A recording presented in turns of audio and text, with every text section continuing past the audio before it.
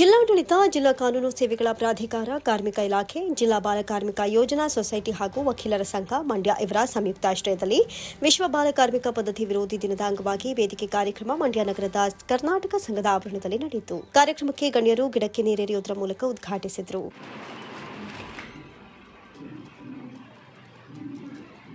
ನಂತರ ಮಾತನಾಡಿದ ಜಿಲ್ಲಾಧಿಕಾರಿ ಹಾಗೂ ಜಿಲ್ಲಾ ಬಾಲ ಕಾರ್ಮಿಕ ಯೋಜನಾ ಸೊಸೈಟಿ ಅಧ್ಯಕ್ಷರಾದ ಡಾ ಕುಮಾರ್ ಮಾತನಾಡಿ, ವಿಶ್ವ ಕಾರ್ಮಿಕ ವಿರೋಧಿ ದಿನಾಚರಣೆಯನ್ನು ಹಮ್ಮಿಕೊಳ್ಳಲಾಗಿದ್ದು, ಕಾರ್ಮಿಕ ವಿರೋಧಿ ನೀತಿಯ ಬಗ್ಗೆ ಸಾರ್ವಜನಿಕರಿಗೆ ಅರಿವು ಮೂಡಿಸುವಂತಹ ಅವಶ್ಯಕತೆ ಇದೆ. ನಾನು ಕಟ್ಟುನಿಟ್ಟಾಗಿ ಪಾಲನೆ ಮಾಡಿದಾಗ ಮಾತ್ರ ಬಾಲ ಕಾರ್ಮಿಕ ಪದ್ಧತಿಯನ್ನು ಸಮಾಜದಿಂದ ತೊಡಗಿಸಲು ಸಾಧ್ಯ. ಬಾಲ ಕಾರ್ಮಿಕ ಪದ್ಧತಿಯ ಬದಲಾಗಿ ಮಕ್ಕಳಿಗೆ ಶಿಕ್ಷೆ ನೀಡುವ ಅವಶ್ಯಕತೆ ಇದೆ ಅಂತ ತಿಳಿಸಿದರು. ಪದ್ಧತಿಯ ವಿರೋಧಕ್ಕೆ ಒಂದು ದೊಡ್ಡ ಔಷಧಿ ಅಂತ ನಾನು ಹೇಳಲಿಕ್ಕೆ ಇಚ್ಛೆಪಡ್ತೇನೆ. ಸೊ ಆ ದೃಷ್ಟಿಯಿಂದ ಫ್ರೀ ಎಜುಕೇಷನ್ ಏನಿದೆ ಅದನ್ನು ಮಕ್ಕಳಿಗೆ ಸರಿಯಾಗಿ ಕೊಡಬೇಕು. ನಾನು ಮೊನ್ನೆ ಕೂಡ ಮೀಟಿಂಗ್ ಮಾಡ್ತಾ ಇರಬೇಕಾದ್ರೆ ಕೇಳ್ತಾ ಇದ್ವಿ. ಸೊ ಈ ಸೆಕ್ಷನ್ 17 ಅಧಿಕಾರಿಗಳು ನೀವೆಲ್ಲ ಏನಿದ್ದೀರಾ ಅಂದರೆ ನಿಮ್ಮ ವ್ಯಾಪ್ತಿನಲ್ಲಿ ಯಾವ್ಯಾವ ಶಾಲೆಗಳಲ್ಲಿ ಮಕ್ಕಳು ಬಿಟ್ಟು ಹೋಗಿದ್ದಾರೆ. ಸೊ 15 ಡೇಸಿಂದ ಮಗು ಬರ್ತಾ ಇಲ್ಲ, 1 ತಿಂಗಳಿಂದ ಮಗು ಬರ್ತಾ ಇಲ್ಲ. ಬಡ್ಡಿಯನ್ನು ನಾವು ಎಜುಕೇಷನ್ ಡಿಪಾರ್ಟ್ಮೆಂಟ್ನಲ್ಲಿ ಸಾಸ್ ಅನ್ನುವಂಥ ಒಂದು ಸಾಫ್ಟ್ವೇರ್ನಲ್ಲಿ ಪ್ರತಿದಿನ ಅಟೆಂಡೆನ್ಸನ್ನು ಎಂಟ್ರಿ ಮಾಡ್ತಾರೆ. ಅದು ಹೋಗಿ ನೀವು ಶಾಲೆಗೆ ಏನು ಕೇಳೋ ಅವಶ್ಯಕತೆ ಇಲ್ಲ. ಇದು ಆನ್ಲೈನ್ ಡೇಟಾ ಇದೆ. ಆನ್ಲೈನ್ ಡೇಟಾನ BEO ಮೂಲಕ ತೆಗೆದುಕೊಂಡ್ರೆ ನಿಮಗೆ ಡೇಟಾ ಸಿಗುತ್ತೆ.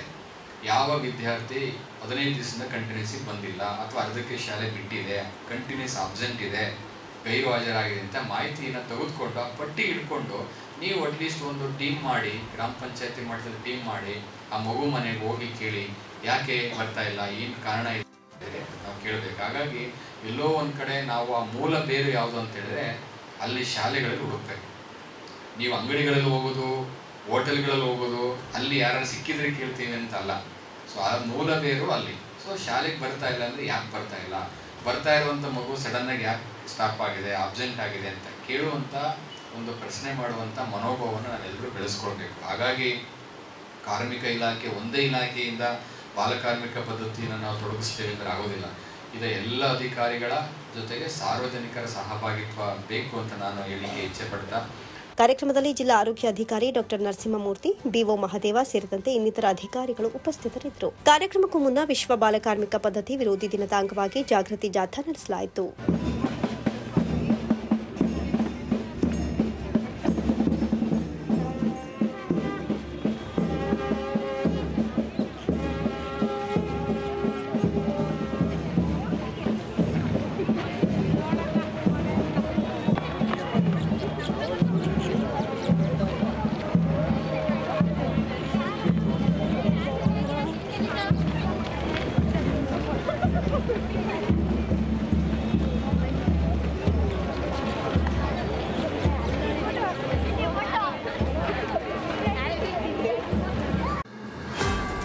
ಮಂಡ್ಯ ನಗರದ ಹೃದಯ ಭಾಗವಾದ ಮಹಾವೀರ್ ವೃತ್ತದಿಂದ ಪೇಟೆ ಬೀದಿ ಸಂಪರ್ಕಿಸುವ ರಸ್ತೆ ವೃತ್ತದಲ್ಲಿ ನಡೀತಾ ಇರುವಂತಹ ರೈಲ್ವೆ ಅಂಡರ್ ಪಾಸ್ ಮತ್ತು ನೂತನವಾಗಿ ನಿರ್ಮಾಣವಾಗ್ತಾ ಇರುವ ಮಾರುಕಟ್ಟೆಗೆ ಶಾಸಕರು ಹಾಗೂ DC ಭೇಟಿ ನೀಡಿ ಪರಿಶೀಲನೆ ನಡೆಸಿದರು.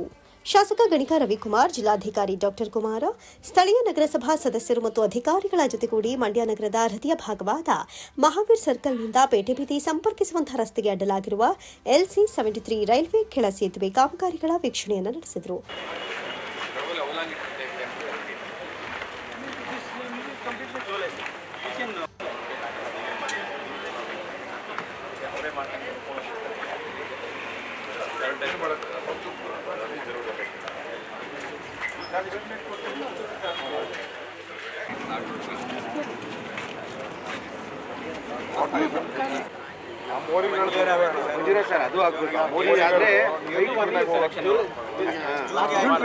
ಸರ್ ಅದು ಸ್ಟಾರ್ಟ್ ಮಾಡಿದ್ವಿ ಸರ್. ಕ್ಲೀನ್ ಮಾಡಬೇಕು, ಒಂದು ಲಾಸ್ಟ್ ಟೈಪ್ ಮಾಡಿಲ್ಲ ನೀವು.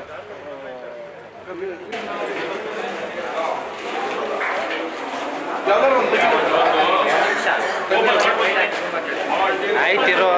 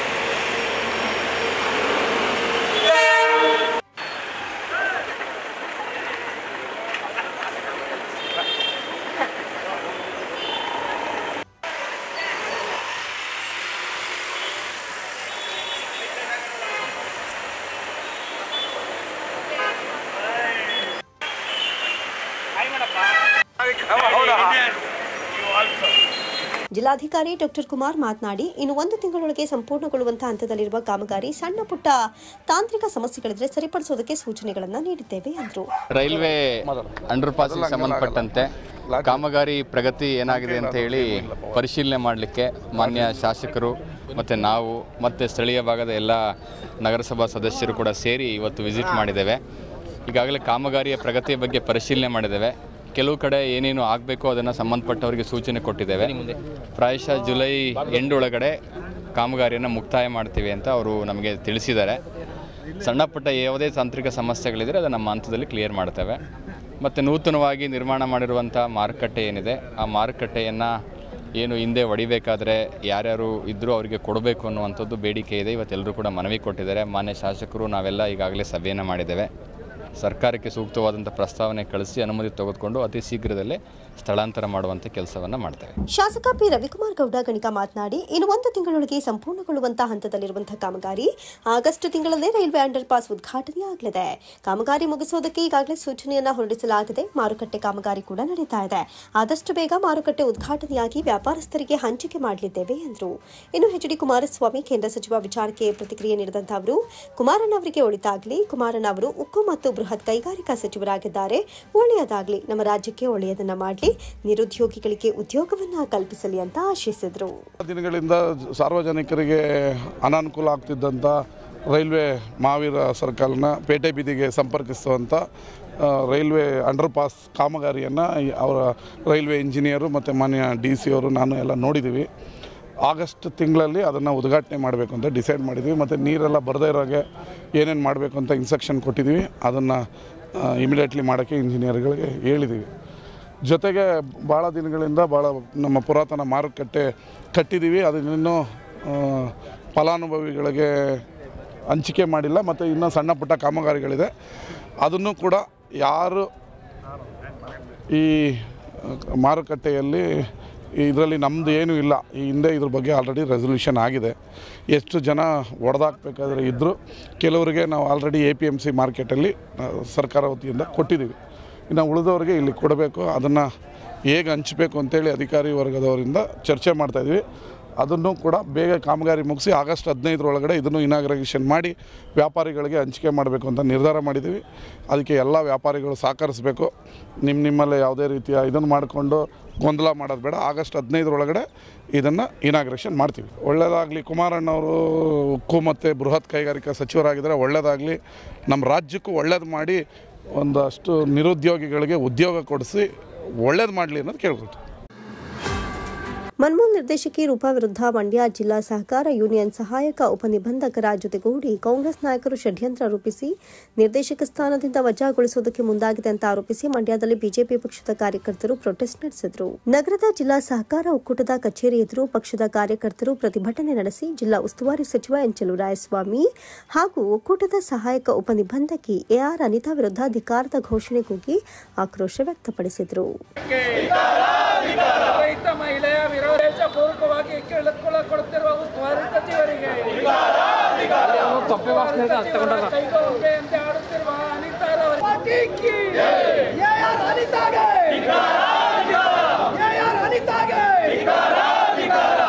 ಕಾಂಗ್ರೆಸ್ ಸರ್ಕಾರಕ್ಕೆ ವಜಾ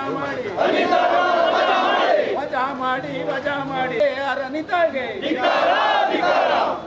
ಉಸ್ತುವಾರಿ ಸಚಿವರ ನಡತೆಯಂತೆ ಕುಣಿಯುವ ಅನಿತಾಗೆ ಕಾಂಗ್ರೆಸ್ನ ದಳಾಳಿ ಕೈಗೊಂಬೆಯಂತೆ ಕುಣಿಯುತ್ತಿರುವ ಅನಿತಾಗೆ ವಜಾಗೊಳಿಸಿ ವಜಾಗೊಳಿಸಿ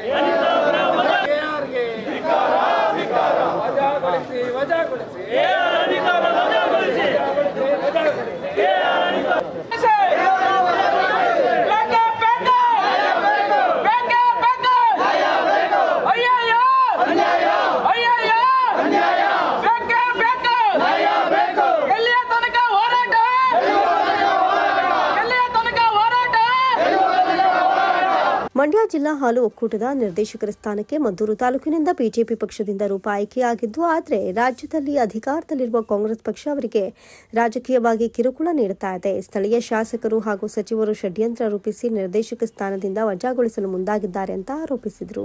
ರಾಜ್ಯದಲ್ಲಿ ಕಾಂಗ್ರೆಸ್ ಸರ್ಕಾರ ಬಂದ ನಂತರ ಸತತವಾಗಿ ನಿರಂತರವಾಗಿ ಜನಾದೇಶದಿಂದ ರಚನೆ ಆಗಿರುವಂಥ ಎಲ್ಲ ಸಹಕಾರ ಮಂಡಳಿಗಳಿಗೆ ಬಾಡಿಗಳಿಗೆ ಎಲ್ಲೆಲ್ಲಿ BJP ಮತ್ತು JDSನ ಒಂದು ಅಧಿಕಾರ ಇತ್ತು, ಅವರು ಅಧ್ಯಕ್ಷ ಸ್ಥಾನದಲ್ಲಿದ್ದು ಅಧಿಕಾರ ನಡೆಸ್ತಾಯಿದ್ರು, ಜನಪರವಾದಂಥ ಏನು ಆಡಳಿತವನ್ನು ಕೊಡ್ತಾಯಿದ್ರು, ಎಲ್ಲ ಕಡೆ ಕಾಂಗ್ರೆಸ್ ಅವರು ಜಿಲ್ಲಾ ಉಸ್ತುವಾರಿ ಮಂತ್ರಿಗಳು ಮತ್ತು ಸ್ಥಳೀಯ ಶಾಸಕರ ಒತ್ತಡದಿಂದ, ಅಧಿಕಾರಿಗಳ ಮೇಲೆ ಒತ್ತಡದಿಂದ ಅಲ್ಲಿ JDS ಮತ್ತು BJPಯ ನಿರ್ದೇಶಕರನ್ನು ವಜಾಗೊಳಿಸುವಂಥದ್ದು, ಯಾವುದಾದ್ರು ಒಂದು ಸಣ್ಣ ಪುಟ್ಟ ಕಾರಣಗಳನ್ನ ಹುಡುಕಿ ಅದಾದಮೇಲೆ ಅಲ್ಲಿ ಕಾಂಗ್ರೆಸ್ ನಾಮಿನಿಗಳನ್ನ ಕಾರ್ಯಕರ್ತರು ಅವ್ರ ಹಿಂಬಾಲಕರುಗಳನ್ನ ನಾಮಿನಿಗಳಾಗಿ ಅಲ್ಲಿಗೆ ಕಳಿಸುವಂಥದ್ದು, ಆ ಒಂದು ಸಹಕಾರ ಮಂಡಳಿಗಳನ್ನ ಆ ಬಾಡಿಗಳನ್ನ ಲೂಟಿ ಮಾಡುವಂಥದ್ದನ್ನ ಈ ಪ್ರವೃತ್ತಿ ಮಾಡಿಕೊಂಡು ಬರ್ತಾ ಇದ್ದಾರೆ.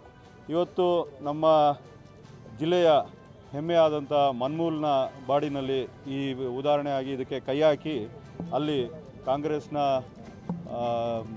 ನಿರ್ದೇಶಕರನ್ನು ಅಲ್ಲಿ ಅಧ್ಯಕ್ಷರನ್ನಾಗಿ ಮಾಡಿದ ಮೇಲೆ ಇಲ್ಲಿ ಯಾರ್ಯಾರು BJP ಮತ್ತು JDSನ ನಿರ್ದೇಶಕರಿದ್ದರು ಅವ್ರನ್ನ ವಜಾ ಮಾಡಿಸುವಂಥ ಪ್ರಯತ್ನವನ್ನು ಸತತವಾಗಿ ಮಾಡ್ಕೊಂಡು ಬಂದು ಇವತ್ತು ನಮ್ಮ ಕುಮಾರಿ ರೂಪಾರವರು ಮದ್ದೂರಿನಿಂದ ಏನು ಆಯ್ಕೆ ಆಗಿದ್ದರು ಅವ್ರನ್ನ ಯಾವುದೋ ಒಂದು ಕ್ಷುಲ್ಲಕ ಕಾರಣದಿಂದ ಅದೇ ಕಾರಣದಿಂದ ಅವರು ಮೊದಲು ಕೂಡ ಯಾರೋ ಚಾಲೆಂಜ್ ಮಾಡಿದ್ದನ್ನು ಕೋರ್ಟು ಸ್ಟೇ ಮಾಡಿದೆ. ಅದು ಕೋರ್ಟ್ನಲ್ಲಿ ಸ್ಟೇ ಇದೆ ಈಗ ಅವರು ಡಿಸ್ಕ್ವಾಲಿಫಿಕೇಷನ್ ಕೇಸು. ಆದರೂ ಸಹ ಇಲ್ಲಿಯ ಅಧಿಕಾರಿ ಮೇಲೆ ಒತ್ತಡ ತಂದು ಅನಿತಾ ಅನ್ನೋರಂಥ ARನ ಮೇಲೆ ಒತ್ತಡ ತಂದು ಅವ್ರ ಮುಖಾಂತರ ಇವರಿಗೆ ಅವರ ಕೇಸ್ನ ಲಾಯರ್ ಕೂಡ ಇಟ್ಕೊಳ್ಳೋಕ್ಕೆ ಅವಕಾಶ ಕೊಡದೇನೆ ನಿಜವಾಗ್ಲೂ ಅವರ ಒಂದು ವೃತ್ತಿ ಜೀವನದಲ್ಲೂ ಇದು ಒಂದು ಕಪ್ಪು ಚುಕ್ಕಿ. ಅದನ್ನು ಮಾಡಬಾರ್ದಿತ್ತು. ಇವತ್ತು ಎಷ್ಟೇ ಒತ್ತಡ ಇದ್ದರೂ ಆದರೂ ಕೂಡ ಒಂದು ಹೆಣ್ಮಗಳಾಗಿ ಇನ್ನೊಂದು ಹೆಣ್ಮಗಳ ಜೀವನದಲ್ಲಿ ಆಟ ಆಡುವಂಥ ಒಂದು ಆದೇಶವನ್ನು ಇವತ್ತು ಹೊರಡಿಸಿದ್ದಾರೆ. ಇದನ್ನು ಖಂಡಿಸ್ತೀವಿ ನಾವು. ಕಾಂಗ್ರೆಸ್ ನಾಯಕರ ಜೊತೆಗೂಡಿರುವ ಸಹಕಾರ ಒಕ್ಕೂಟದ ಸಹಾಯಕ ಉಪನಿಬಂಧಕಿ AR ಅನಿತಾ ಏಕಪಕ್ಷೀಯವಾಗಿ ವರ್ತಿಸ್ತಾ ಇದ್ದಾರೆ. ನಿರ್ದೇಶಕಿ ರೂಪಾ ಅವರ ವಕಾಲತ್ತು ಸ್ವೀಕಾರ ಮಾಡಿಲ್ಲ, ಬದಲಾಗಿ ರಾಜಕೀಯ ಪ್ರಭಾವಕ್ಕೆ ಒಳಗಾಗಿದ್ದಾರೆ. ಈಗಾಗಲೇ ಸುಪ್ರೀಂ ಕೋರ್ಟ್ನಲ್ಲಿ ವಕಾಲತ್ತಿದ್ರೂ ಸಹ ನಿರ್ದೇಶಕ ಸ್ಥಾನದಿಂದ ವಜಾಗೊಳಿಸಲು ಪಿತೂರಿ ನಡೆಸಲಾಗಿದೆ ಅಂತ ಆಕ್ರೋಶ ವ್ಯಕ್ತಪಡಿಸಿದ್ರು. ಏನು ಇವತ್ತಿನ ದಿನ ಸಹಕಾರ ಸಂಘಗಳ ಉಪನಿಬಂಧಕರು ಇವತ್ತು ನನ್ನ ಮಾದಾಪುರ ದೊಡ್ಡಿ ಹಾಲು ಉತ್ಪಾದಕರ ಸಹಕಾರದ ಸಂಘದಿಂದ ವಜಾಗೊಳಿಸಿ ಆದೇಶ ಹೊರಡಿಸಿರ್ತಾರೆ. ಇದು ಇವತ್ತು ಅವ್ರು ಮಾಡ್ತಾ ಇರುವಂಥ ಏಕಪಕ್ಷೀಯ ನಿರ್ಧಾರ ಅಂತ ಹೇಳಿಕ್ಕೆ ಇಷ್ಟಪಡ್ತೀನಿ. ನನಗೆ 29ನೇ ತಾರೀಕು ನೋಟಿಸು ಕಳಿಸಿದ್ದೀನಿ. 29ನೇ ತಾರೀಕು ಕೇಸ್ ಇದೆ ಅಂತ ಬಂದು ಹೇಳ್ತಾರೆ ಸನ್ಮಾನ್ಯ AR ಅವರು.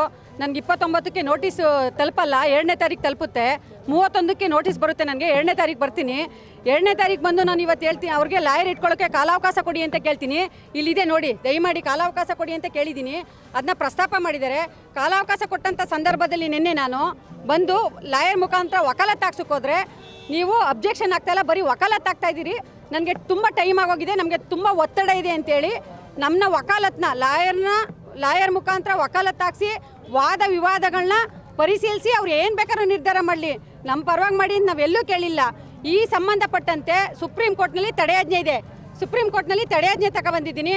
ಆದರೂ ಕೂಡ ಅದನ್ನ ಗಮನಿಸ್ತೇನೆ. ಇವತ್ತು ಏಕಾಏಕಿಯಾಗಿ ನನ್ನ ಮಾದಾಪುರ ದೊಡ್ಡಿ ಹಾಲು ಉತ್ಪಾದಕರ ಸಹಕಾರ ಸಂಘದಿಂದ 3 ವರ್ಷ ಅವಧಿಗೆ ಅಂತೇಳಿ ಇವತ್ತೇನು ಚುನಾವಣೆ ಮುಂಬರುವ ಚುನಾವಣೆ ಇದೆ, ಇವತ್ತು ಒಂದು ಮಹಿಳೆ ಅಂತೇಳಿ ಇವತ್ತು ಮಹಿಳೆ ರೈತರ ಪರವಾಗಿ ಹೋರಾಟ ಮಾಡ್ತಾಳೆ. ಒಬ್ಬ ಮಹಿಳೆಯನ್ನು ಒಂದು ಉದ್ದೇಶಪೂರ್ವಕವಾಗಿ ಇಟ್ಕೊಂಡಿವರು ಇವತ್ತು ಒಬ್ಬ ಮಹಿಳೆನ ಮುಂದೆ ಬರಬಾರ್ದು ಅಂತೇಳಿ ನನಗೆ ತುಂಬ ಮಾನಸಿಕವಾಗಿ 5 ವರ್ಷದ ಹಿಂಸೆ ಕೊಟ್ಟಿದ್ದಾರೆ. ಬಿಜೆಪಿ ಮುಖಂಡ ಅಶೋಕ್ ಜೈರಾಮ್ ನೇತೃತ್ವವನ್ನು ವಹಿಸಿದ್ರು. ಶ್ರೀರಂಗಪಟ್ಟಣದ ಜಾಮಿಯಾ ಮಸೀದಿಯಾಗಿರುವಂತಹ ಮೂಡಲಬಾಗಿಲು ಆಂಜನೇಯ ದೇವಸ್ಥಾನದ ವಿಚಾರವಾಗಿ ಬಜರಂಗ ಸೇನೆ ವತಿಯಿಂದ ಸಾರ್ವಜನಿಕ ಹಿತಾಸಕ್ತಿ ಅರ್ಜಿಯನ್ನ ಉಚ್ಚ ನ್ಯಾಯಾಲಯಕ್ಕೆ ಸಲ್ಲಿಸಿದ್ದು, ಅರ್ಜಿಯ ವಿಚಾರಣೆಯನ್ನ ನ್ಯಾಯಾಲಯ ಕೈಗೆತ್ತಿಕೊಂಡಿದೆ ಅಂತ ಬಜರಂಗ ಸೇನೆ ರಾಜ್ಯಾಧ್ಯಕ್ಷ ವಿ ಮಂಜುನಾಥ್ ತಿಳಿಸಿದರು. ಸುದ್ದಿಗಾರರೊಂದಿಗೆ ಮಾತನಾಡಿದ ಅವರು, ಮೂಡಲಬಾಗಿಲು ಆಂಜನೇಯ ಸ್ವಾಮಿ ದೇಗುಲದ ಸರ್ವೆ ಹಾಗೂ ಆರ್ಕಿಯಾಲಜಿಕಲ್ ಸರ್ವೆ ಆಫ್ ಇಂಡಿಯಾ ವ್ಯಾಪ್ತಿಗೆ ಒಳಪಡುವಂತಹ ಮಸೀದಿ ಒಳಗೆ ಮದರಸ ನಡೆಸುತ್ತಾ ಅಲ್ಲೇ ವಿದ್ಯಾರ್ಥಿಗಳು ವಾಸ್ತವ್ಯ ಹೂಡಿದ್ದಾರೆ. ಇವರನ್ನ ತೆರವುಗೊಳಿಸುವಂತೆ ಉಚ್ಚ ನ್ಯಾಯಾಲಯದಲ್ಲಿ ಬಜರಂಗ ಸೇನೆ ವತಿಯಿಂದ ಸಾರ್ವಜನಿಕ ಹಿತಾಸಕ್ತಿ ಅರ್ಜಿ ಸಲ್ಲಿಸಿದ್ದು, ಈ ಅರ್ಜಿಯನ್ನ ನ್ಯಾಯಾಲಯ ಪುರಸ್ಕರಿಸಿದೆ ಎಂದರು. ಈ ಅರ್ಜಿಯ ವಿಚಾರಣೆ ಜುಲೈ 11ರಂದು ನಿಗದಿಯಾಗಿದೆ. ಈ ವಿಚಾರದಲ್ಲಿ ಐತಿಹಾಸಿಕ ಪ್ರಮಾದಕ್ಕೆ ನ್ಯಾಯ ಸಿಗುವ ನಂಬಿಕೆ ಇದೆ ಅಂತ ನುಡಿದರು. ಯಾವುದೇ ಪಾರಂಪರಿಕ ಕಟ್ಟಡಗಳಲ್ಲಿ ಹೊರಗಿನವರು ಉಳಿದುಕೊಳ್ಳೋದಕ್ಕೆ ಕಾನೂನಿನಡಿ ಅವಕಾಶವಿಲ್ಲ. ಆದರೂ ಸಹ ಅಕ್ರಮವಾಗಿ ಮದರಸ ನಡೆಸೋದಕ್ಕೆ ಅನುವು ಮಾಡಿಕೊಡಲಾಗಿದೆ. ಇಲ್ಲಿ ಪಾರಂಪರಿಕ ಕಟ್ಟಡ ಹಾಗೂ ದೇವಸ್ಥಾನದ ಕಂಬಗಳನ್ನು ವಿರೂಪಗೊಳಿಸಲಾಗ್ತಾ ಇದೆ. ಈ ಬಗ್ಗೆ ಅಧಿಕಾರಿಗಳು ಶಿಸ್ತು ಕ್ರಮ ಕೈಗೊಳ್ಳಬೇಕು ಅಂತ ಒತ್ತಾಯಿಸಿದರು. ಸರ್ಕಾರ ಪ್ರತಿ ತಿಂಗಳು ಜಾಮಿಯಾ ಮಸೀದಿ ನಿರ್ವಹಣೆ ಖರ್ಚಿಗಾಗಿ ಲಕ್ಷಾಂತರ ರೂಪಾಯಿಯನ್ನ ನೀಡುತ್ತಾ ಇದೆ. ಇದರ ಲಾಭವನ್ನ ಮದರಸ ವಿದ್ಯಾರ್ಥಿಗಳು ಪಡೆಯುತ್ತಿದ್ದಾರೆ. ಆದ್ದರಿಂದ ಸರ್ಕಾರ ಇದರತ್ತ ಗಮನ ಹರಿಸಬೇಕು ಅಂತ ಆಗ್ರಹ ವ್ಯಕ್ತಪಡಿಸಿದರು. ಇವತ್ತೇನು ಐತಿಹಾಸಿಕ ಜಾಮಾ ಮಸೀದಿ ಎನ್ನುವಂಥ ಒಂದು ಕಟ್ಟಡ ಇದೆ, ಆ ಹಿಂದಿನ ಕಟ್ಟಡ ಮೂಡಲಬಾಗಿಲು ಆಂಜನೇಯ ಸ್ವಾಮಿ ದೇವಸ್ಥಾನ ಅತ್ಯಂತ ಭವ್ಯವಾದಂಥ ಆ ಆಂಜನೇಯ ಸ್ವಾಮಿ ದೇವಸ್ಥಾನವನ್ನು ಟಿಪ್ಪು ಸುಲ್ತಾನ್ ತನ್ನ ಮತಾಂಧತೆಯ ಪ್ರತೀಕವಾಗಿ ಅದನ್ನು ನಾಶ ಮಾಡಿದಂಥ ಒಂದು ಸಂಗತಿ ತಮ್ಮೆಲ್ಲರಿಗೂ ಗೊತ್ತೇ ಇದೆ. ಅದರ ವಿರುದ್ಧ ಪರಿವಾರ ಹಾಗೂ ಬಜರಂಗ ಸೇನೆ ಕಳೆದ 16 ವರ್ಷಗಳಿಂದ ನಿರಂತರವಾಗಿ ಒಂದು ಜನರಲ್ಲಿ ಜಾಗೃತಿ ಮೂಡಿಸುವಂಥ ಕೆಲಸವನ್ನು ನಾವು ಮಾಡ್ತಾಯಿದ್ದೀವಿ. ಅದರಿಂದ ಏನಾಗಿತ್ತು, ಯಾರಿಂದ ಅದು ಕೆಡವಲ್ಪಡ್ತು, ಅದರ ಹಿನ್ನೆಲೆ ಏನು ಅನ್ನುವಂಥದ್ದನ್ನು ನಾವು 16 ವರ್ಷಗಳಿಂದ ಜಾಗೃತಿ ಮಾಡುವಂಥ ಕೆಲಸವನ್ನು ಮಂಡ್ಯದಲ್ಲಿ ಮಾಡ್ತಾ ಬರ್ತಾಯಿದ್ದೀವಿ. ಅದು ಹನುಮಾಮಾಲೆ ಇರ್ಬೋದು ಅಥವಾ ಬೇರೆ ಬೇರೆ ಕಾರ್ಯಕ್ರಮಗಳ ಮುಖಾಂತರ. ಆದರೆ ಅದಕ್ಕೊಂದು ಶಾಶ್ವತ ಪರಿಹಾರ ಸಿಗಬೇಕು ಅಂತಾದರೆ ನ್ಯಾಯಾಂಗದ ಮುಖಾಂತರ ಹೋಗಬೇಕು. ಹೇಗೆ 500 ವರ್ಷದ ಸುದೀರ್ಘವಾದಂಥ ಅಯೋಧ್ಯೆ ಹೋರಾಟ ನ್ಯಾಯಾಂಗದ ಮುಖಾಂತರವೇ ನಮಗೆ ಗೆಲುವು ಸಿಕ್ತೋ, ಅದೇ ರೀತಿ ಈ ಜಾಮಿಯಾ ಮಸೀದಿಯನ್ನು ಮರಳಿ ವಾಪಸ್ ನಾವು ಪಡಿಬೇಕು. ಅಲ್ಲಿ ಯಾವ ಮೂಡಲ ಬಾಗಿಲು ಆಂಜನೇಯ ಸ್ವಾಮಿ ದೇವಸ್ಥಾನ ಇತ್ತೋ, ಸಾವಿರಾರು ವರ್ಷಗಳಿಂದ ಅಲ್ಲಿ ಹನುಮಂತನ ಪೂಜೆ ನಡೀತಾ ಇತ್ತು. ವಿಜಯನಗರ ಸಾಮ್ರಾಜ್ಯ ಇರ್ಬೋದು ಅಥವಾ ಮೈಸೂರು ಅರಸರು ಇರ್ಬೋದು, ಎಲ್ಲರೂ ಆ ದೇವಸ್ಥಾನಕ್ಕೆ ನಡ್ಕೊಳ್ತಾ ಇದ್ದರು. ಅಂಥ ಒಂದು ದೇವಸ್ಥಾನವನ್ನು ಟಿಪ್ಪು ಸುಲ್ತಾನ್ ಆ ಇಡೀ ಶ್ರೀರಂಗಪಟ್ಟಣದಲ್ಲಿ ಸಾವಿರಾರು ಎಕರೆ ಮಸೀದಿ ಕಟ್ಟಲಿಕ್ಕೆ ಜಾಗ ಇತ್ತು. ಆದರೆ ಆತನ ಮತಾಂಧತೆಯ ಎಷ್ಟು ತೀವ್ರವಾಗಿತ್ತು ಅಂತ ಹೇಳಿದ್ರೆ ಆ ದೇವಸ್ಥಾನವನ್ನು ಭಾಗಶಃ ಕೆಡವಿ ಅದನ್ನು ಹಿಂದೂಗಳಿಗೆ ಕಳೆದ ಸುಮಾರು 235 ವರ್ಷಗಳಿಂದ ನಿರಂತರವಾಗಿ ಒಂದು ಅವಮಾನದ ಪ್ರತೀಕ ಅದು. ಆ ಸ್ವಾಭಿಮಾನವನ್ನು ವಾಪಸ್ ಮರಳಿ ಪಡಿಬೇಕು ಅನ್ನುವ ಕಾರಣಕ್ಕೋಸ್ಕರ ಬಜರಂಗ ಸೇನೆ ಘನ ಹೈಕೋರ್ಟಿನಲ್ಲಿ ನ್ಯಾಯಾಲಯದಲ್ಲಿ ಮುಖ್ಯ ನ್ಯಾಯಮೂರ್ತಿಗಳ ಪೀಠದಲ್ಲಿ ನಾವೊಂದು ಸಾರ್ವಜನಿಕ ಹಿತಾಸಕ್ತಿ ರಿಟನ್ನು ಹಾಕಿದ್ವಿ. ಆ ಜಾಗದ ಸರ್ವೆ ಆಗಬೇಕು, ಸರ್ವೆ ಆಗಿ ಅದನ್ನು ವಾಪಸ್ ಹಿಂದೂಗಳಿಗೆ ಮರಳಿ ಕೊಡಿಸ್ಬೇಕು. ಹಾಗೆ ಅದಕ್ಕಿಂತ ಪ್ರಮುಖವಾಗಿ ಯಾವ ಪ್ರಾಚ್ಯವಸ್ತು ಇಲಾಖೆ ಅಡಿಯಲ್ಲಿ ಬರುವಂಥ ಆರ್ಕಿಯಾಲಜಿಕಲ್ ಸರ್ವೆ ಆಫ್ ಇಂಡಿಯಾದ ಅಡಿಯಲ್ಲಿ ಬರುವಂಥ ಪಾರಂಪರಿಕ ಕಟ್ಟಡ ಏನಿದೆ, ಆ ಕಟ್ಟಡದಲ್ಲಿ 1956ರಲ್ಲಿ ಒಂದು ಕಾನೂನನ್ನು ತಂದಿದ್ದಾರೆ, ಬಲವಾದ ಕಾನೂನಿದೆ. ಯಾವುದೇ ಹೊರಗಿನ ವ್ಯಕ್ತಿಗಳು ಅಲ್ಲಿ ಒಳಗಡೆ ಪ್ರವೇಶ ಮಾಡುವಾಗಿಲ್ಲ, ಅಲ್ಲಿ ಉಳ್ಕೊಳ್ಳುವಾಗಿಲ್ಲ. ಆದರೆ 1978ನೇ ಇಸ್ವಿಯಿಂದ ನಿರಂತರವಾಗಿ ಅಲ್ಲಿ ಸುಮಾರು 50 ಜನ ಮುಸ್ಲಿಂ ವಿದ್ಯಾರ್ಥಿಗಳು ಒಂದು ಮತಾಂಧತೆಯ ಪಾಠವನ್ನು, ಇಸ್ಲಾಮಿನ ಪಾಠವನ್ನು, ಮದ್ರಸಾ ಪಾಠವನ್ನು ಅಲ್ಲಿ ಕಲಿತಾ ಇದ್ದಾರೆ. ಅಷ್ಟೇ ಅಲ್ಲದೆ ಪ್ರತಿನಿತ್ಯ ಆ ಕಂಬಗಳನ್ನು, ಯಾವ ದೇವರ ಕಂಬಗಳು ನಮ್ಮ ಹಿಂದೂ ದೇವಸ್ಥಾನದ ಕುರುಗಳಿದೆಯೋ ಆ ಎಲ್ಲ ಕಂಬಗಳನ್ನು ಕಲ್ಲಿನಲ್ಲಿ ಕೆತ್ತಿ ಅದನ್ನು ವಿರೂಪಗೊಳಿಸ್ತಾ ಇದ್ದಾರೆ. ಅಂದರೆ ಯಾವ ಅಧಿಕಾರಿಗಳು ಅದನ್ನು ಪ್ರೊಟೆಕ್ಟ್ ಮಾಡಬೇಕಾಗಿತ್ತೋ, ಸರ್ಕಾರ ಸುಮಾರು 5-6 ಲಕ್ಷ ರೂಪಾಯಿ ಹಣವನ್ನು ಪ್ರತಿ ತಿಂಗಳು ಖರ್ಚು ಮಾಡ್ತಾ ಇದೆ. ಆದರೆ ಅಧಿಕಾರಿಗಳು ಕಣ್ಣು ಮುಚ್ಚಿ ಕೈ ಕಟ್ಟಿ ಕುಳಿತಿದ್ದಾರೆ. ಇಂಥ ಅಧಿಕಾರಿಗಳ ಮೇಲೆ ಕ್ರಿಮಿನಲ್ ಮೊಕದ್ದಮೆಯನ್ನು ದಾಖಲು ಮಾಡಬೇಕು ಅನ್ನೋ ಆಗ್ರಹವನ್ನು ನಾವು ಮಾಡಿದ್ದೀವಿ. ಹಾಗೆ ಆ ಮದ್ರಸಾ ವಿದ್ಯಾರ್ಥಿಗಳನ್ನು ಕೂಡಲೇ ಅವರನ್ನು ಹೊರಗಾಕಬೇಕು. ಯಾವ ಪಾರಂಪರಿಕ ಕಟ್ಟಡದ ಒಳಗಡೆ ಯಾರು ಇರಲಿಕ್ಕೆ ಅವಕಾಶ ಇಲ್ವೋ, ಆದರೆ ಅಕ್ರಮವಾಗಿ ಮದ್ರಸಾ ನಡೀತಾ ಇದೆಯಲ್ಲ, ಆ ಮದ್ರಸಾ ವಿದ್ಯಾರ್ಥಿಗಳನ್ನು ಹೊರಗಾಕಿ ಅದನ್ನು ಸಂಪೂರ್ಣ ಸರ್ಕಾರದ ತೆಗೆ ತಗೊಳ್ಬೇಕು ಅನ್ನುವಂಥ ಒಂದು ಮನವಿಯನ್ನು ಮಾಡಿದ್ದೀವಿ. ಹಾಗಾಗಿ ನಮ್ಮ ಮನವಿಯನ್ನು ಪುರಸ್ಕರಿಸಿರುವಂಥ ಘನ ನ್ಯಾಯಾಲಯ ಎಲ್ಲ ಫಿರ್ಯಾದುದಾರರಿಗೆ, ನಮ್ಮ ಪ್ರತಿವಾದಿಗಳಿಗೆ, ಅದರಲ್ಲಿ ರಾಜ್ಯ ಸರ್ಕಾರ, ಮಂಡ್ಯದ DC ಅವರು, ಹಾಗೆ ASIನ ರೀಜನಲ್ ಆಫೀಸರು, ವಕ್ಫ್ ಬೋರ್ಡಿನ ಅಧಿಕಾರಿಗಳು ಮತ್ತು ಮುಜರಾಯಿ ಇಲಾಖೆಯ ಅಧಿಕಾರಿಗಳು ಇವರೆಲ್ಲರಿಗೂ ನೋಟಿಸ್ ಜಾರಿ ಮಾಡಿದೆ. ನೋಟಿಸ್ ಜಾರಿ ಮಾಡಿ ಜುಲೈ 11 ಮುಂದಿನ ತಿಂಗಳು 11ನೇ ತಾರೀಕು ಮುಂದಿನ ವಿಚಾರಣೆಯನ್ನು ಇಟ್ಕೊಂಡಿದ್ದಾರೆ.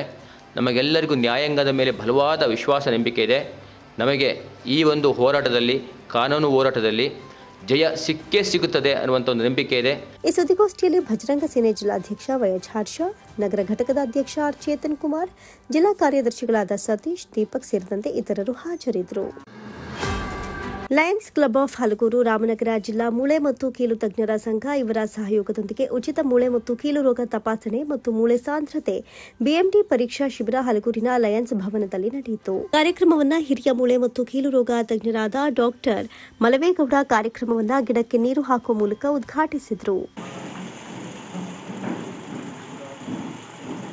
ನಂತರ ಮಾತನಾಡಿದ ಅವರು, ಹಲಗೂರಿನ ಲಯನ್ಸ್ ಕ್ಲಬ್ ಸದಸ್ಯರು ಉತ್ತಮ ಕಾರ್ಯಕ್ರಮಗಳನ್ನು ನಡೆಸಿಕೊಂಡು ಬಂದಿದ್ದು ಎಲ್ಲರೂ ಉತ್ತಮ ಕ್ರಿಯಾಶೀಲರಾಗಿದ್ದಾರೆ. ನಮ್ಮ ಆರೋಗ್ಯವನ್ನು ಕಾಪಾಡಿಕೊಳ್ಳಬೇಕಾದ್ರೆ ನಾವು ಕ್ರಿಯಾಶೀಲರಾಗಿರಬೇಕು. ಇಂದಿನ ಕಾಲಘಟ್ಟದಲ್ಲಿ ಎಲ್ಲರೂ ಮೊಬೈಲ್ ಹಿಡಿದು ಕುಳಿತುಕೊಂಡು ಸೋಮಾರಿಗಳಾಗ್ಬಿಟ್ಟಿದ್ದಾರೆ. ಅಂದಿನ ಕಾಲದಲ್ಲಿ ಅರಳಿಕಟ್ಟೆಯಲ್ಲಿ ಕುಳಿತು ಚರ್ಚೆಗಳನ್ನು ನಡೆಸ್ತಾ ಇದ್ರು, ಹಲವಾರು ವಿಚಾರಗಳನ್ನು ಮಾತನಾಡ್ತಾ ಇದ್ರು. ಆಗ ಒಂದು ಮನಸ್ಸಿಗೆ ಶಾಂತಿ ಸಿಗ್ತಾ ಇತ್ತು. ನೀವು ಮಲಗೋ 1 ಗಂಟೆ ಮುನ್ನ ಮೊಬೈಲ್ಗಳನ್ನು ನೋಡಬಾರ್ದು, ಬೆಳಗ್ಗೆ ಎದ್ದು 1 ಗಂಟೆವರೆಗೂ ಮೊಬೈಲ್ ಉಪಯೋಗಿಸಬಾರ್ದು. ಮನುಷ್ಯನ ಮೇಲೆ ಅಪಾರವಾಗಿ ಇದು ಪರಿಣಾಮ ಬೀರುತ್ತೆ ಎಂದರು. ನಮ್ಮ ಮನಸ್ಸಿಗೆ ಒಂದಷ್ಟು ಒಳ್ಳೆ ಶಾಂತಿ ಸಿಗುತ್ತೆ, ಮತ್ತೆ ಈ ಖಿನ್ನತೆ ದೂರ ಆಗುತ್ತೆ.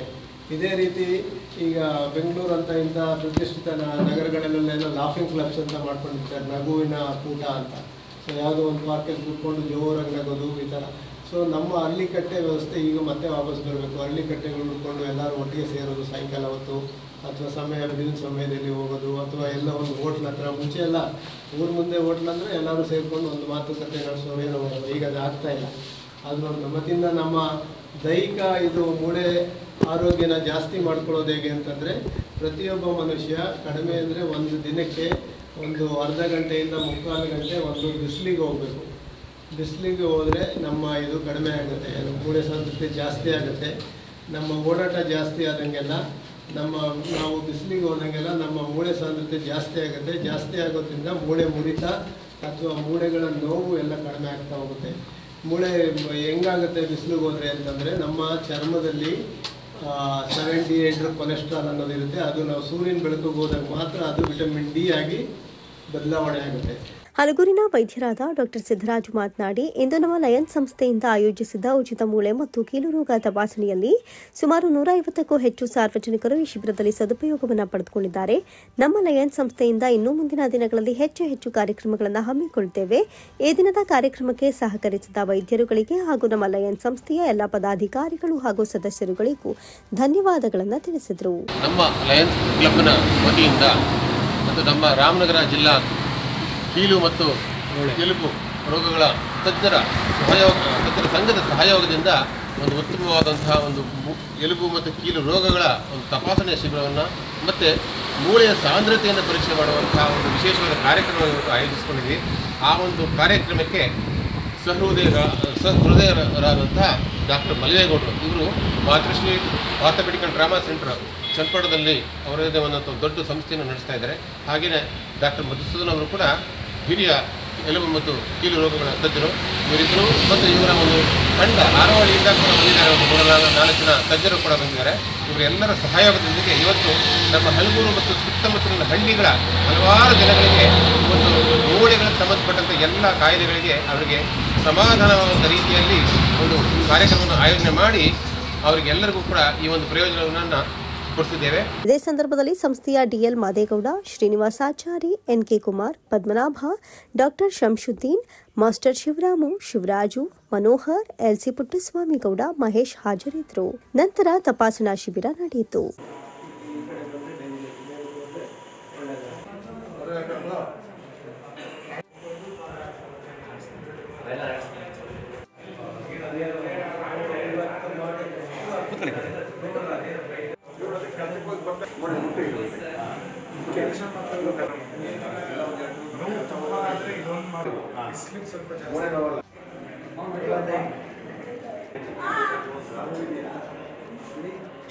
ಇಟ್ಕೊಳ್ಳಿ ಗಟ್ಟಿಗೆ, ಇಟ್ಕೊಳ್ಳಿ, ಟೈಟಾಗಿ ಇಟ್ಕೊಳ್ಳಿ.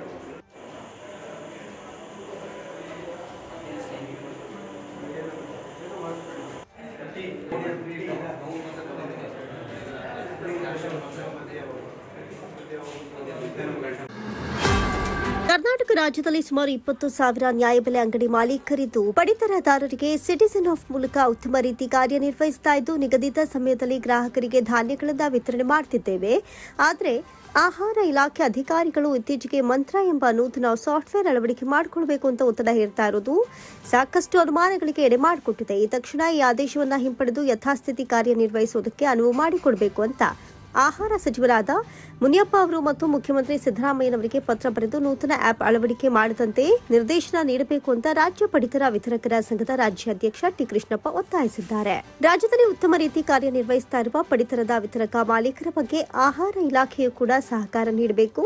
ಈ ಹಿಂದೆ ಇಲಾಖೆ ಆದೇಶದಂತೆ ಎಲೆಕ್ಟ್ರಿಕ್ ತೂಕದ ಯಂತ್ರಗಳು ಮತ್ತು ಸಿಸಿಟಿವಿ ಅಳವಡಿಕೆ ಆದೇಶವಿದ್ರೂ ಇನ್ನೂ ಕೂಡ ಅಳವಡಿಸಿಲ್ಲ. ಹಾಗೂ ಈ ಕೆವೈಸಿ ಹಣವನ್ನ ಕೂಡ ಬಿಡುಗಡೆ ಮಾಡದೆ ನಿರ್ಲಕ್ಷ್ಯ ವಹಿಸಿದ್ದಾರೆ. ಈ ಸಂಬಂಧ ಆಹಾರ ಸಚಿವರ ಕ್ರಮ ವಹಿಸಬೇಕು ಅಂತ ಒತ್ತಾಯಿಸಿದರು. ಸರ್ಕಾರಿ ಪಡಿತರ ವಿತರಕರು ಸುಮಾರು ರಾಜ್ಯದಲ್ಲಿ 20,000 ನ್ಯಾಯಬೆಲೆ ಅಂಗಡಿ ಮಾಲೀಕರಿದ್ದೀವಿ.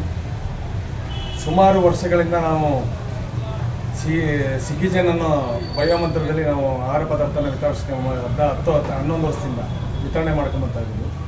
ಆದರೆ ಈಗ ಹೊಸದಾಗಿ ಮಂತ್ರ ಅನ್ನೋ ಬಯೋನ ನೀವು ತಗೋಬೇಕು, ಮುಂದಿನ ತಿಂಗಳು ಅದು ಕ್ಯಾನ್ಸಲ್ ಆಗ್ತದೆ ಅವು ಅಂತ ಸಬು ಬೇಡಿ ಸುಮಾರು 3-4 ತಿಂಗಳಿಂದ ಒತ್ತಡ ತರ್ತಾ ಇದ್ದಾರೆ. ಈಗಾಗಲೇ ನಾವು ಮಾನ್ಯ ಸಚಿವರು ಗಮನಕ್ಕೆ ತಂದು ಸಚಿವರು ಮತ್ತು ಕಾರ್ಯದರ್ಶಿಯವರು ಮತ್ತು ಕಮಿಷನರು ಮತ್ತು MD ಅವರು ನಾವು ಎಲ್ಲ ಕೂತು ಚರ್ಚೆ ಮಾಡಿದ್ದೀವಿ. ಮಾನ್ಯ ಸಚಿವರು ಸುಧಾ ಇವೆಲ್ಲ ಆದಮೇಲೆ ನಾವು ಸರ್ಕಾರದಿಂದ ಕೊಡಿಸೋಣ ಅಂತ ತೀರ್ಮಾನ ತಗೊಂಡಿದ್ದಾರೆ. ಅದು ನಮಗೆ ಅವಶ್ಯಕತೆ ಇಲ್ಲ, ಮಂತ್ರ ಅನ್ನೋ ಭಯ ಅವಶ್ಯಕತೆ ಇಲ್ಲ. ಸಿಕ್ಕಿಜನ್ ಅನ್ನೋದೇ ತುಂಬ ಚೆನ್ನಾಗಿ ನಡೀತಾ ಇದೆ. 10 ವರ್ಷದಿಂದ ಚೆನ್ನಾಗಿ ನಡೆಸ್ತಾ ಇದ್ದೀವಿ. ಈ ಉದ್ದೇಶಕ್ಕೋಸ್ಕರ ಈ ಕೆಲವು ಅಧಿಕಾರಿಗಳು, ಕೆಳಮಟ್ಟದ ಅಧಿಕಾರಿಗಳು ಒತ್ತಡ ತರ್ತಾವ್ರೆ ನ್ಯಾಯಬೆಲೆ ಅಂಗಡಿ ಮಾಲೀಕರಿಗೆ ಅಂತ ಗೊತ್ತಿಲ್ಲ. ನಾನು ಅವ್ರಿಗೆ ಹೇಳೋದು ಇಷ್ಟೇ, ನೀವು ಮಾಡಬೇಕಾದ ಕೆಲಸ ಬೇಕಾದಷ್ಟಿದೆ.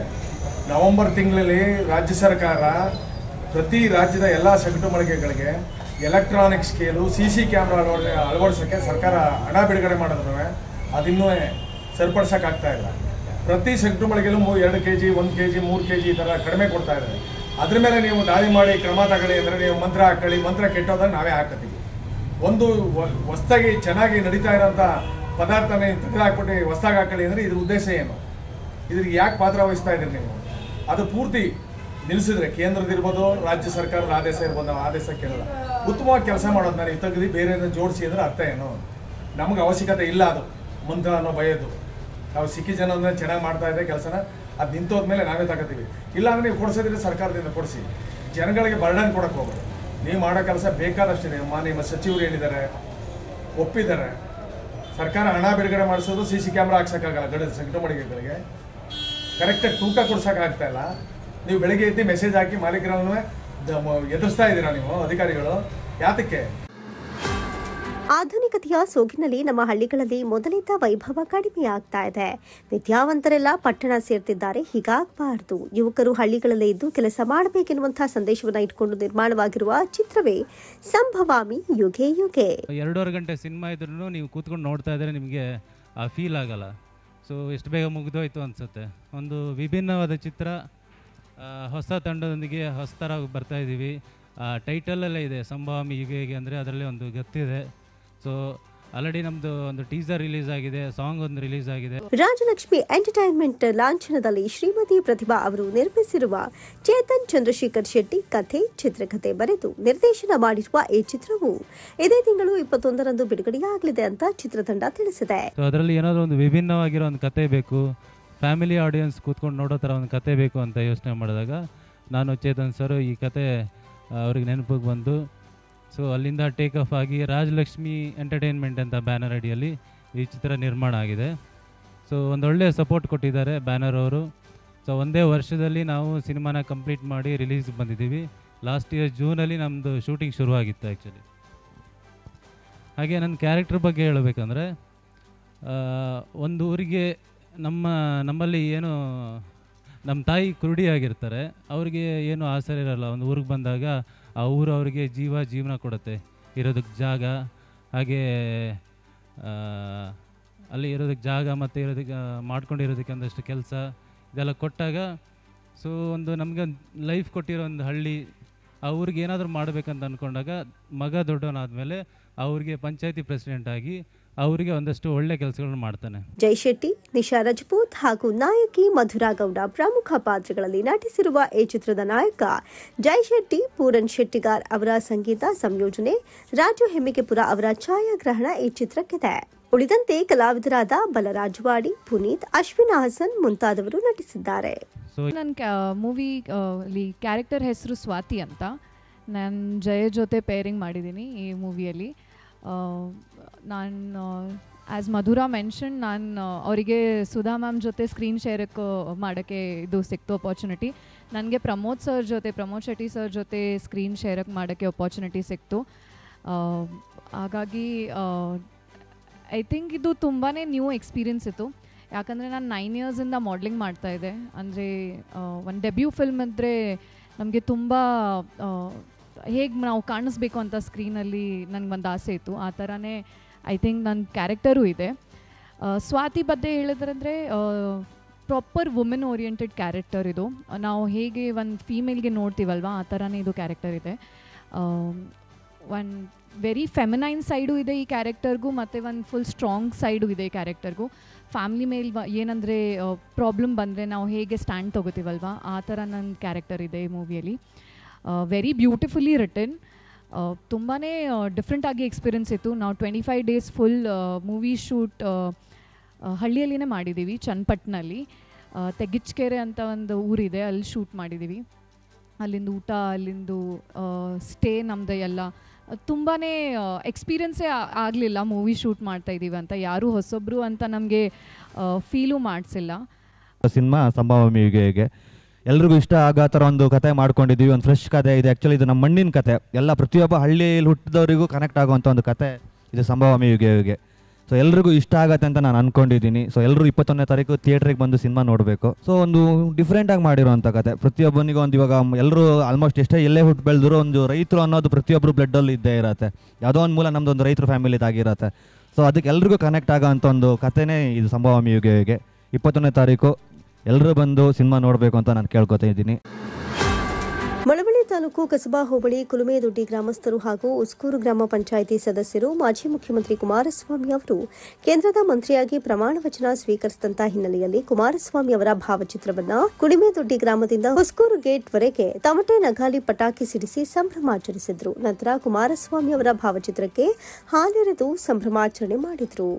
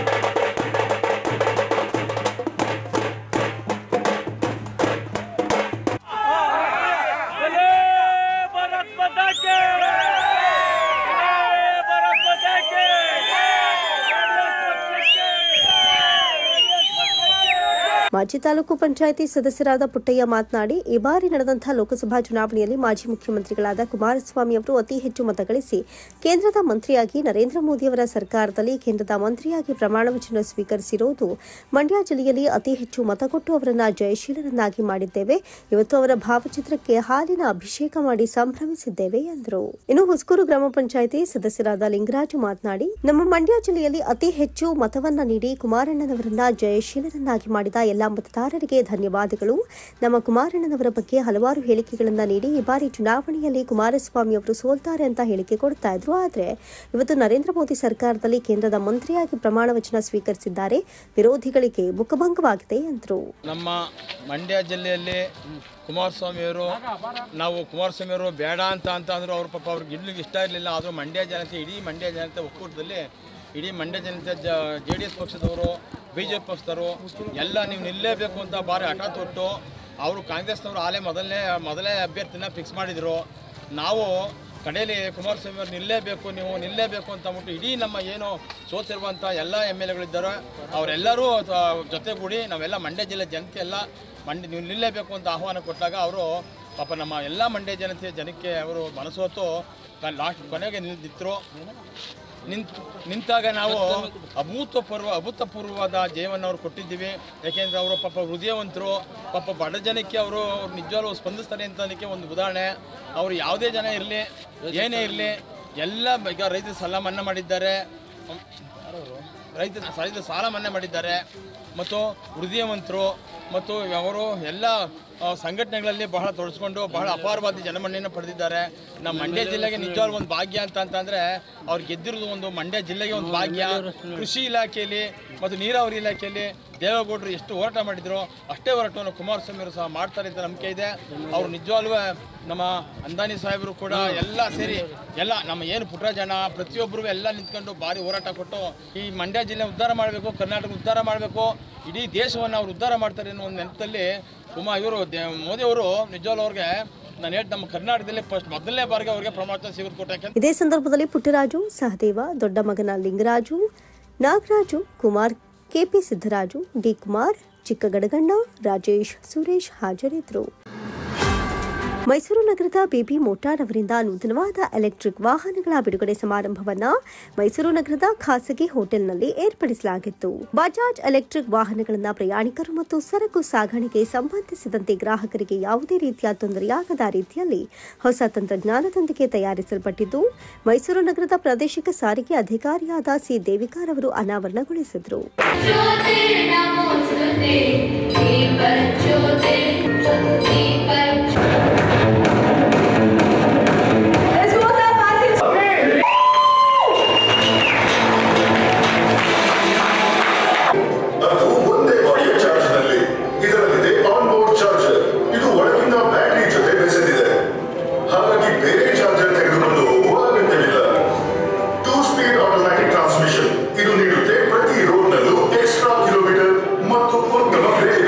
ಲೋಕಾರ್ಪಣೆ ಮಾಡಿರೋ ಅಂಥ ಬಜಾಜ್ ಕಂಪನಿಯ ಈ ಮ್ಯಾಕ್ಸಿಮಾ ಮತ್ತು ಆರ್ ಎ ವೆಹಿಕಲ್ ಇದು ಇನಾಗ್ರೇಷನ್ ಏನು ಮಾಡಿದ್ದಾರೆ ಅದು ಸಕ್ಸಸ್ಫುಲ್ ಆಗಲಿ.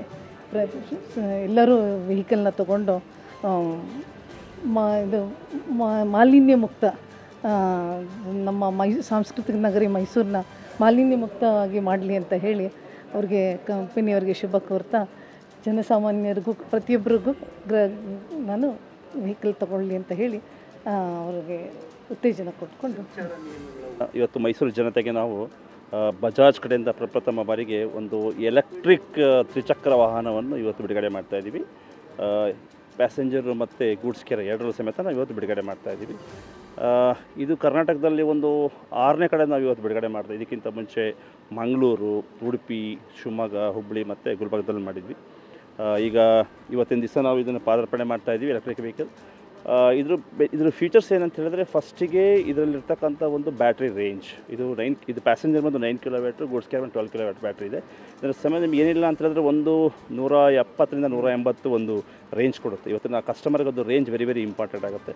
ಜೊತೆಗೆ ಇದರಲ್ಲಿ ಒಂದು ಆನ್ಬೋರ್ಡ್ ಚಾರ್ಜರ್ ಅಂತ ಹೇಳಿದ್ದೀವಿ. ಈ ಒಂದು ಇದು ವೆಹಿಕಲ್ ವಿಶೇಷತೆನೇ ಅದು. ಇದು ಚಾರ್ಜರ್ ನೀವು ವೆಹಿಕಲ್ ಒಳಗಡೆ ಇರೋದ್ರಿಂದ ಚಾರ್ಜರ್ ಡ್ಯಾಮೇಜ್ ಆಗೋದಾಗಲಿ ಹಾಳಾಗೋದಾಗಲಿ ಅದು ಯಾವುದೂ ಸಮೇತ ಇದ್ರ ಅಂತಲ್ಲ. ಥರ್ಡ್ ಒಂದು ಹಿಲ್ ಹೋಲ್ಡ್ ಅಸಿಸ್ಟ್ ಅಂತ ಇದ್ದೀವಿ. ಫಾರ್ ಎಕ್ಸಾಂಪಲ್ ನೀವು ಇದರ ಹತ್ತಬೇಕಾದ್ರೆ ಹಿಂದೆ ಬರ್ತಕ್ಕಂಥ ಪ್ರಾಬ್ಲಮ್ ಇಲ್ಲ. ನೀವು ಎಷ್ಟು ತಕ್ಷಣ ಹಾಗೆ ಮೂವ್ ಆಗ್ಬೋದು. ಜೊತೆಗೆ ನೀವು ರೀಜನರೇಟ್ ಬ್ರೇಕಿಂಗ್ ಅಂತ ಹೇಳ್ತೀವಿ. ಬ್ರೇಕ್ ಹಾಕಿದಂಗೆ ಸಮೇತ ಬ್ಯಾಟ್ರಿ ಚಾರ್ಜ್ ಆಗ್ತಾ ಇರುತ್ತೆ ನಿಮಗೆ. ಸೊ CV ಶಾಫ್ಟ್ ಅಂತ ಒಂದು ಹೊಸ ಟೆಕ್ನಾಲಜಿ ಇದೆ. ಅದರಿಂದ ನಿಮಗೆ ಇದು ಮೇಂಟೆನೆನ್ಸು ಸಮೇತ ಕಮ್ಮಿ ಆಗುತ್ತೆ. ಸೊ ಎಲ್ಲದಕ್ಕಿಂತ ಹೆಚ್ಚಾಗಿ ಇದು ನಾವು 5 ವರ್ಷ ವಾರಂಟಿ, 60 ತಿಂಗಳ ವಾರಂಟಿ ಅಥವಾ 1.2 lakhs ಕಿಲೋಮೀಟರ್ ತನಕ ನಾವು ಇದು ಕೊಡ್ತಾ ಇದ್ವಿ. ಸೊ ಬಹಳಷ್ಟು ಒಂದು ಕಸ್ಟಮರ್ ಫ್ರೆಂಡ್ಲಿ ಆಗಿರ್ತಕ್ಕಂಥ ಈ ಒಂದು ವೆಹಿಕಲ್ ನಾವು ಲಾಂಚ್ ಮಾಡಿ ಆಲ್ರೆಡಿ 1 ವರ್ಷ ಆಯಿತು ಇಂಡಿಯಾದಲ್ಲಿ. ಈಗ ನಾವು ಲಾಂಚ್ ಮಾಡೋಕ್ಕೆ ಕಾರಣ ಬಹಳಷ್ಟು ಒಂದು ಬೇರೆ ನಾರ್ತಲ್ಲಿ ಲಾಂಚ್ ಮಾಡಿದ್ವಿ. ಬೇರೆ ಒಂದು ಕಸ್ಟಮರ ಅನುಕೂಲ ಏನಿದೆ, ಡಿಫ್ರೆಂಟ್ ಕಸ್ಟಮರ್ಸ್ ಇರ್ತಾರೆ ಎಲ್ಲ ಕಡೆ, ಅವ್ರಿಗೆ ಏನೇನು ಬೇಕು ಅದು ಅನುಕೂಲನ ಈ ಒಂದು ಎಲೆಕ್ಟ್ರಿಕ್ ವೆಹಿಕಲ್ ನಾವು ಇವತ್ತೊಂದು ಪ್ಯಾಕೇಜಾಗಿ ಕೊಡ್ತಾ ಇದ್ದೀವಿ ನಾವು. ಇದು ಒಂದು ಮೈಸೂರು ಕಸ್ಟಮರ್ಗೆ ಇವತ್ತು ಇದೇ ರೀತಿ ಸಮೇತ ಗೂಡ್ಸ್ ಕ್ಯಾರಿಯರ್ ಇದೆ. ಅದು ಸಮೇತ 100 ಕಿಲೋಮೀಟರ್ ಬ್ಯಾಟ್ರಿ, 183 ಕಿಲೋಮೀಟರ್ ರೇಂಜ್ ಇದೆ. ಇಲ್ಲಿವರೆಗೆ ನಮ್ಮ ಮೈಸೂರು ಜನತೆಗಳು ನಮಗೆ ಬಹಳಷ್ಟು ಸಹಕಾರ ಕೊಟ್ಟಿದ್ದಾರೆ.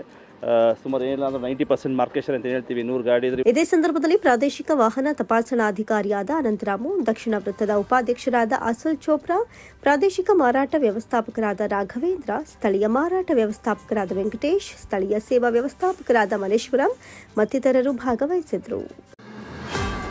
ಕರ್ನಾಟಕ ರಾಜ್ಯ ಕುರುಬರ ಸಂಘದ ರಾಜ್ಯ ನಿರ್ದೇಶಕ ಬಿ ಪುಟ್ಟಬಸವಯ್ಯ ಅವರ ಹುಟ್ಟುಹಬ್ಬದ ಆಚರಣೆಯು ತಾಲೂಕಿನ ಕೊಂಡದಮ್ಮನಾಪುರದ ಕೊಂಡದ ಮಾರಮ್ಮ ದೇವಸ್ಥಾನದ ಆವರಣದಲ್ಲಿ ಕುರುಬರ ಸಂಘದ ವತಿಯಿಂದ ನಡೆಯಿತು. ಕುರುಬರ ಸಂಘ, ಕನಕಶ್ರೀ ಕ್ರೆಡಿಟ್ ಕೋಆಪರೇಟಿವ್ ಸೊಸೈಟಿ ಸೇರಿದಂತೆ ವಿವಿಧ ಸಂಘಟನೆಗಳ ಮುಖಂಡರು ಪುಟ್ಟಬಸವಯ್ಯ ಅವರಿಗೆ ಅಭಿನಂದಿಸಿ ಹುಟ್ಟುಹಬ್ಬದ ಶುಭಾಶಯ ತಿಳಿಸಿದರು.